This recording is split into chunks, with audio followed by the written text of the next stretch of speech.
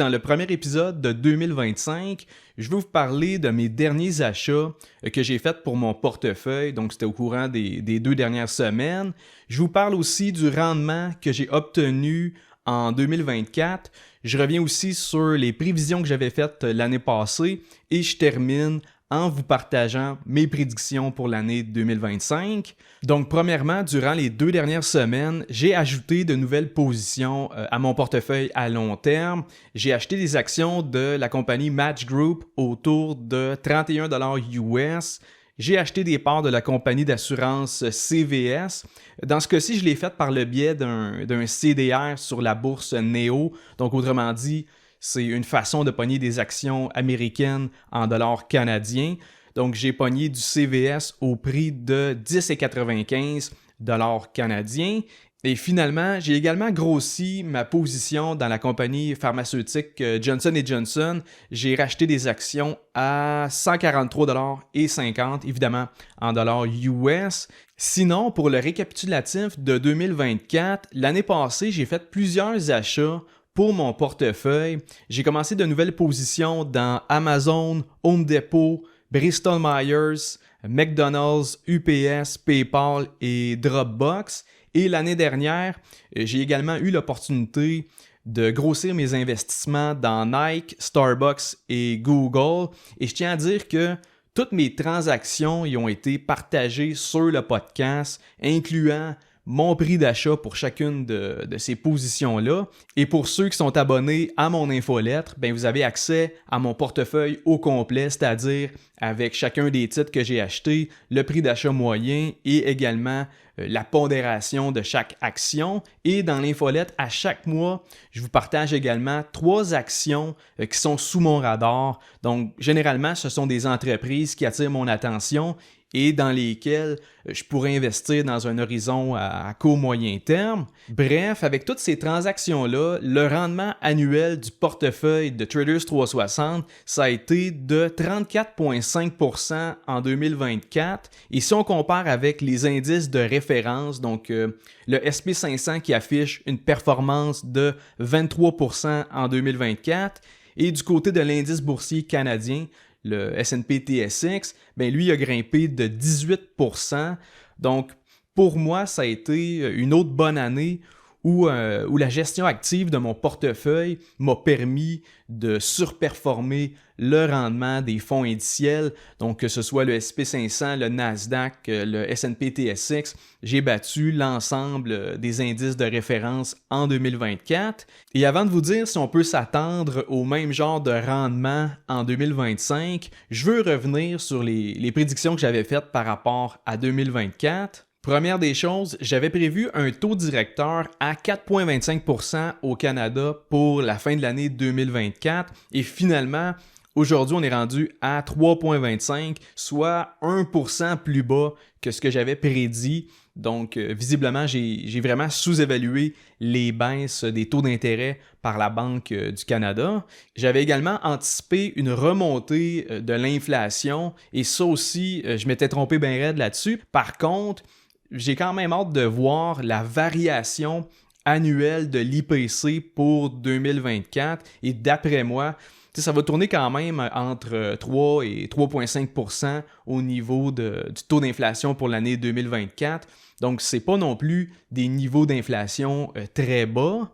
Et rapidement, du côté des prédictions qui se sont concrétisées, j'avais anticipé que l'indice S&P TSX, donc l'indice canadien, il allait dépasser 10% en 2024, poussé par le secteur des services financiers et par le secteur de l'énergie. Et comme je vous dis, en 2024, le TSX il a monté de 18%, ce qui est très loin de son rendement moyen. D'habitude, on parle d'à peu près 8% par année sur une période de 25 ans. Et j'avais également prédit que les baisses du côté du taux directeur aux États-Unis, ça allait être moins important que de notre côté.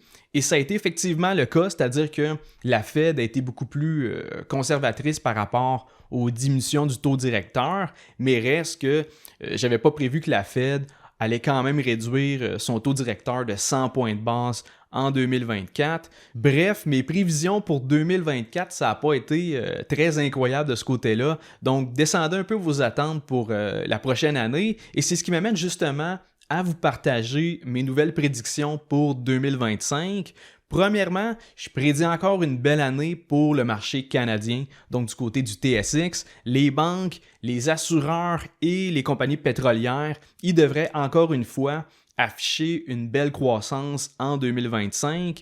Je m'attends aussi à ce que le baril de pétrole brut tourne autour de 80$ US cette année et avec la pondération du secteur de l'énergie à l'intérieur de l'indice S&P TSX, ça devrait booster le rendement de la bourse de Toronto.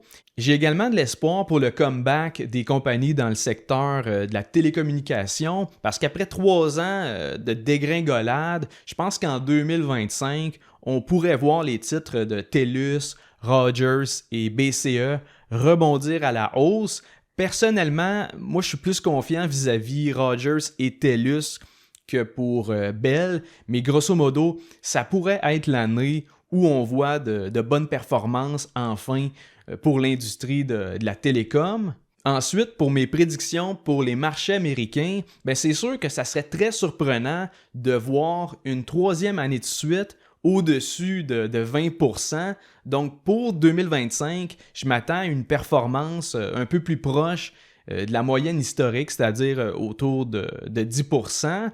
Par contre, un élément à surveiller, c'est si jamais la Fed décide de réduire davantage le taux directeur aux États-Unis, c'est-à-dire plus que ce qui est déjà prévu, c'est sûr qu'à ce moment-là, on pourrait voir les actions US se mettre à monter en flèche parce que les prévisions actuelles de la Fed, c'est de 2 baisses de 25 points de base en 2025, mais c'est sûr que si jamais c'est du bluff puis que finalement ils décident de diminuer le taux directeur de, disons, 100 points de base, ça va amener un momentum haussier du côté des marchés américains parce que présentement, les prévisions de la Fed sont beaucoup plus conservatrices que ce qu'anticipe le marché. Mais dans tous les cas, je pense qu'il va y avoir davantage d'opportunités d'achat à l'extérieur du secteur des big tech. Autrement dit, je prévois que l'industrie ou le secteur technologique soit moins impressionnant en 2025, puis que de l'autre côté, d'autres industries comme les compagnies des soins de santé, les entreprises dans le secteur de la consommation discrétionnaire, de ce côté-là, il y ait une surperformance. Au fait, si vous regardez mes achats de l'année passée, je me suis positionné stratégiquement dans l'industrie pharmaceutique et même chose du côté des entreprises dans la vente au détail. Pour moi, en 2024, c'était seulement dans ces secteurs-là qu'il y avait des opportunités intéressantes pour le long terme. Sinon, en ce qui concerne les politiques monétaires au Canada et aux États-Unis, pour 2025, j'anticipe que la Banque du Canada va effectuer encore 4 autres baisses de 25 points de base. Donc, d'après moi, on va terminer l'année avec un taux directeur autour de 2,25%. Donc, ça, c'est pour le Canada. Et petite parenthèse, la SCHL évalue à 1,2 million de prêts hypothécaires à taux fixe qui vont devoir être renouvelés en 2025. Donc, si vous faites partie des propriétaires qui vont faire le renouvellement hypothécaire cette année, ça pourrait être intéressant de regarder du côté des taux variables parce qu'en considérant les taux fixes actuels et les prévisions par rapport au taux directeur au Canada, pour moi, le taux variable pour les prêts hypothécaires, ça devient la meilleure option. Là, c'est pratiquement un no-brainer parce que en date d'aujourd'hui, le taux variable est autour de 4,95% sur 5 ans, tandis que le taux fixe, lui, est autour de 4,5 et d'ici maximum 6 mois, d'après moi, le taux variable devrait descendre bien en dessous du taux fixe. Donc, c'est pour ça que je penche vers le taux variable pour ceux qui vont avoir un renouvellement hypothécaire en 2025. Sinon, en ce qui concerne les épargnants, avec la baisse du taux directeur au Canada, les CPG et les FNB qui versaient des taux d'intérêt élevés, malheureusement, tout ça s'est terminé en 2025. C'est triste, mais les CPG sont redevenus inintéressants pour les investisseurs parce que on parle de taux garantis autour de 3% comparativement à plus de 5% en 2022. Donc cette année, investir dans un certificat de placement garanti, ce ne serait pas le move le plus rentable. D'ailleurs, de mon côté, j'ai justement des CPG autour de 5% qui vont arriver à échéance. Donc, je vais prendre cet argent-là et je vais la transférer dans mon encaisse pour mon portefeuille d'actions. Et du côté de la politique monétaire aux États-Unis, comme je vous dis, les prévisions sont beaucoup moins optimistes par rapport à la baisse des taux d'intérêt en 2025. Le consensus présentement, c'est que la Fed va baisser son taux directeur de 50 points de base en 2025.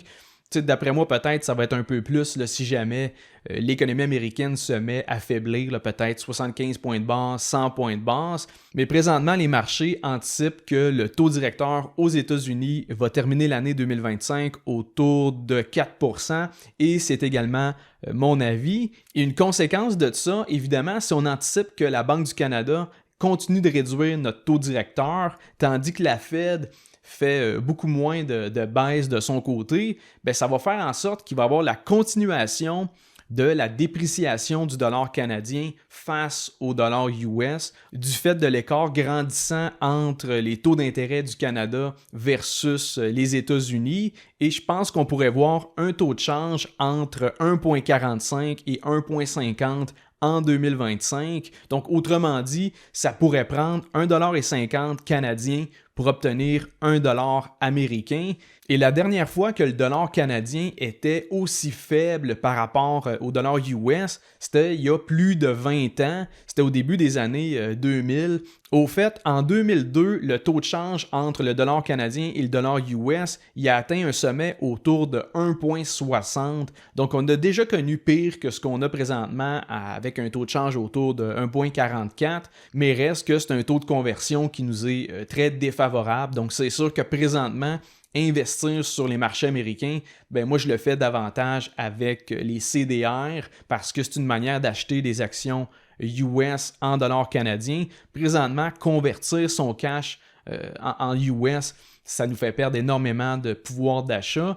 Et c'est surtout que dans le futur, là, dans 5-10 ans, ben, le taux de change devrait se normaliser. Et s'il retourne autour de 1,25, 1,30 dans ces eaux-là, ben, on va avoir eu une perte sur le change. Donc, c'est sûr que présentement, je n'ai pas infini dollars US, donc je vais me servir des CDR dans le cas où je vais avoir grossé mon exposition au marché US. Sinon, c'est sûr que je reçois aussi des versements de dividendes en US, donc je peux me servir de ces fonds-là pour grossir d'autres positions.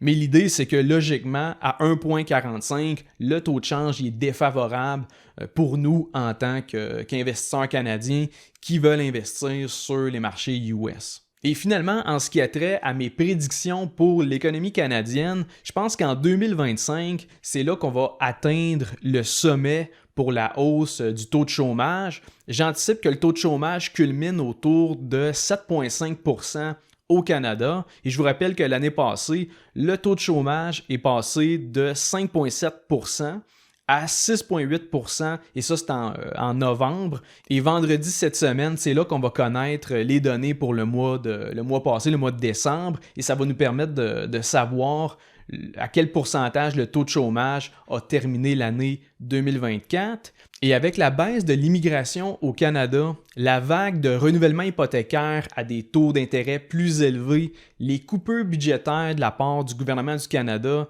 la menace des tarifs douaniers de Trump, tout ça, bien, ça me fait croire que cette année, c'est là qu'on va pouvoir observer un véritable recul du PIB au niveau du pays, et ce, sur quelques trimestres consécutifs. Donc oui, en d'autres mots, je prédis encore une récession au Canada pour 2025. Ça doit faire 2 ans que je répète à peu près le même discours. Au fait, comme je l'ai déjà dit, moi, si je me fie à la contraction du PIB par habitant, je considère que le pays est déjà dans un certain ralentissement économique depuis la deuxième moitié de 2022. Par contre, à mon avis, en 2025, là, on ne parlera plus seulement d'une récession par habitant parce que avec les nouvelles cibles d'immigration du gouvernement fédéral, il n'y aura plus de croissance record de la population pour venir biaiser les chiffres du produit intérieur brut du Canada. Bref, pour moi, c'est cette année que ça se passe, en 2025. Sinon,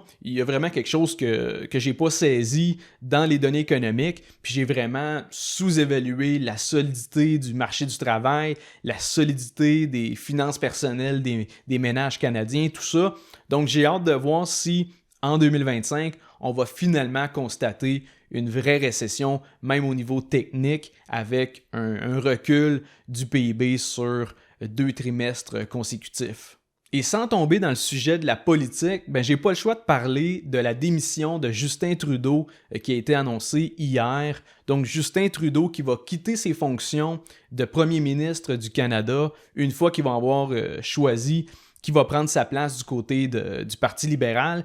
Et ça va se passer quelque part en mars 2025. Et par la suite, théoriquement, on devrait aller en élection générale au printemps. Et si je me fie au plus récent sondage, je prédis que Pierre Poilievre va devenir le nouveau premier ministre du Canada. Encore là, je ne suis pas là pour débattre sur les partis politiques. Pour moi, c'est seulement une autre prédiction. Et si c'est effectivement le cas, on peut s'attendre à ce que ça ait des impacts sur les politiques fiscales du Canada et la manière dont les finances publiques sont gérées. Par exemple, déjà avec la démission de Trudeau, le projet d'augmenter le taux d'inclusion à 66% pour les gains en capital au-dessus de 250 000 $ pour les particuliers, ce projet-là s'est mis sur la glace jusqu'en mars 2025. Il faut comprendre que ça n'a jamais été formellement adopté. Donc, autrement dit, c'est possible que cette mesure-là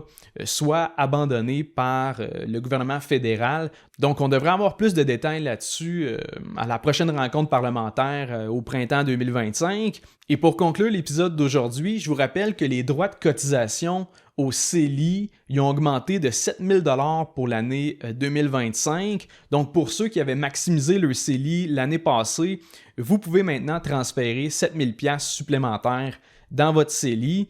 Et pour ceux qui n'ont jamais cotisé à leur CELI, dites-vous qu'avec les nouveaux droits de cotisation, le plafond de cotisation cumulatif du CELI est rendu à 102 000 $. Donc, si vous aviez plus de 18 ans en 2009 et que vous n'avez jamais cotisé à votre CELI, demain matin, vous pourriez virer 102 000 $ dans votre CELI, acheter des actions ou des FNB et faire croître tout cet argent-là à l'abri de l'impôt. Donc, je pense que le CELI, c'est probablement un des meilleurs outils d'investissement à votre disposition. S'il vous plaît, utilisez votre CELI pour vos placements à long terme parce que dites-vous que dans 20, 25, 30 ans, s'il y a 2-3 millions là-dedans, vous allez pouvoir retirer tout ça sans payer une scène d'impôt. Donc, passez pas à côté des avantages fiscaux du CELI. Et sur ce, je termine l'épisode d'aujourd'hui. Si vous avez apprécié le podcast, encore une fois, je vous invite à laisser un 5 étoiles sur Spotify, à laisser un commentaire sur Apple Podcasts, à vous abonner sur ma chaîne YouTube. Et on se revoit mardi prochain pour un autre épisode de Finance 360.